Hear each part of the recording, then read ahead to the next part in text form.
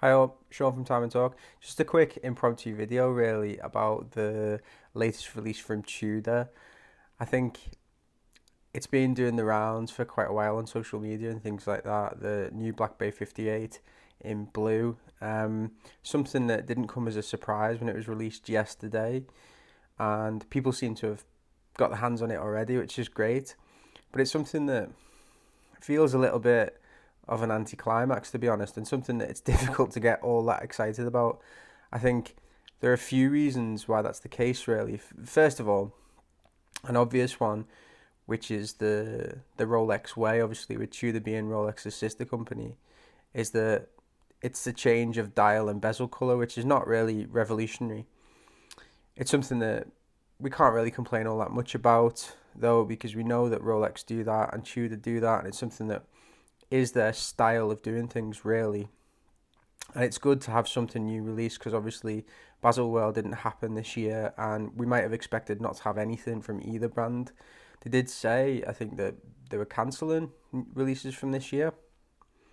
I think the main thing is that it's difficult to get excited about a watch that we're not actually going to be able to buy, probably.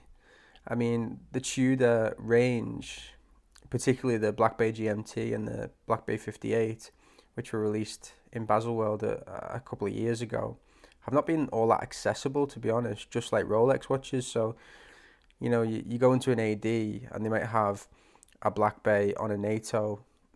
If you're lucky, they might have a Black Bay 58 on a leather strap, but you're very, very unlikely to find one on a bracelet. And that's only after them having been out for a couple of years. So at first, you just couldn't get one for love nor money. So I think that's the main thing, really. How are we supposed to get excited about a watch that we may not actually be able to buy and may not be that accessible for the average Joe? I know channels have already started making videos where the hands on with the watch. Jenny L has got a video, but those are the select few, really.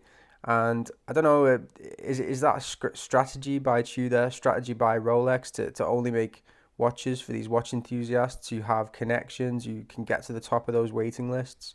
Because I did see a Black Bay GMT in Goldsmiths, and I was like, okay, what's the waiting list for this if I don't buy it now? And he said 2 years, and it's like, okay, that's fine, but if I can't actually buy the watch, it becomes just a picture on a website, just a post on Instagram, just something to lust over on YouTube, as opposed to being something that I can actually get my hands on. And it is interesting as well from the perspective of, are Rolex and Tudor just brands for watch enthusiasts now? Because we're talking about this new watch that's come out. They're not really going to convert new people with this watch because you won't be able to stumble upon it in an AD, and say, I really like this watch, I think I'm going to buy it, out of the blue when you were looking for something else, because they won't be in stock at ADs.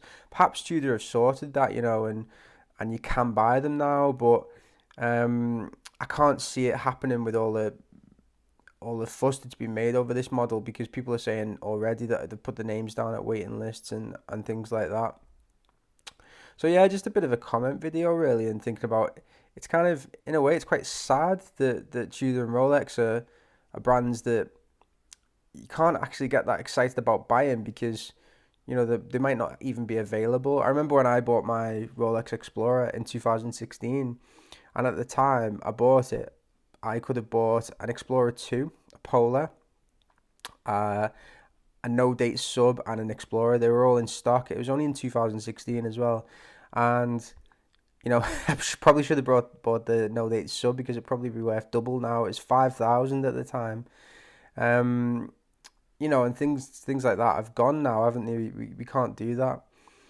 I think, I guess if we really, really want the Black Bay 58 in blue, we can go and buy it from Watchfinder for 4,000. But anyway, perhaps I'm being cynical. So, like I said, just a quick video and a comment on this new piece by Tudor, which, by the way, I'm not slagging off the brand necessarily, and I like the watch. I think it's a really nice piece.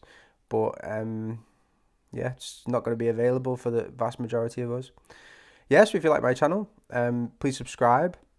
Thanks very much for watching. Tell me what you think about this new piece and about the situation with perhaps not being able to get hold of the watch. Thank you. Bye bye.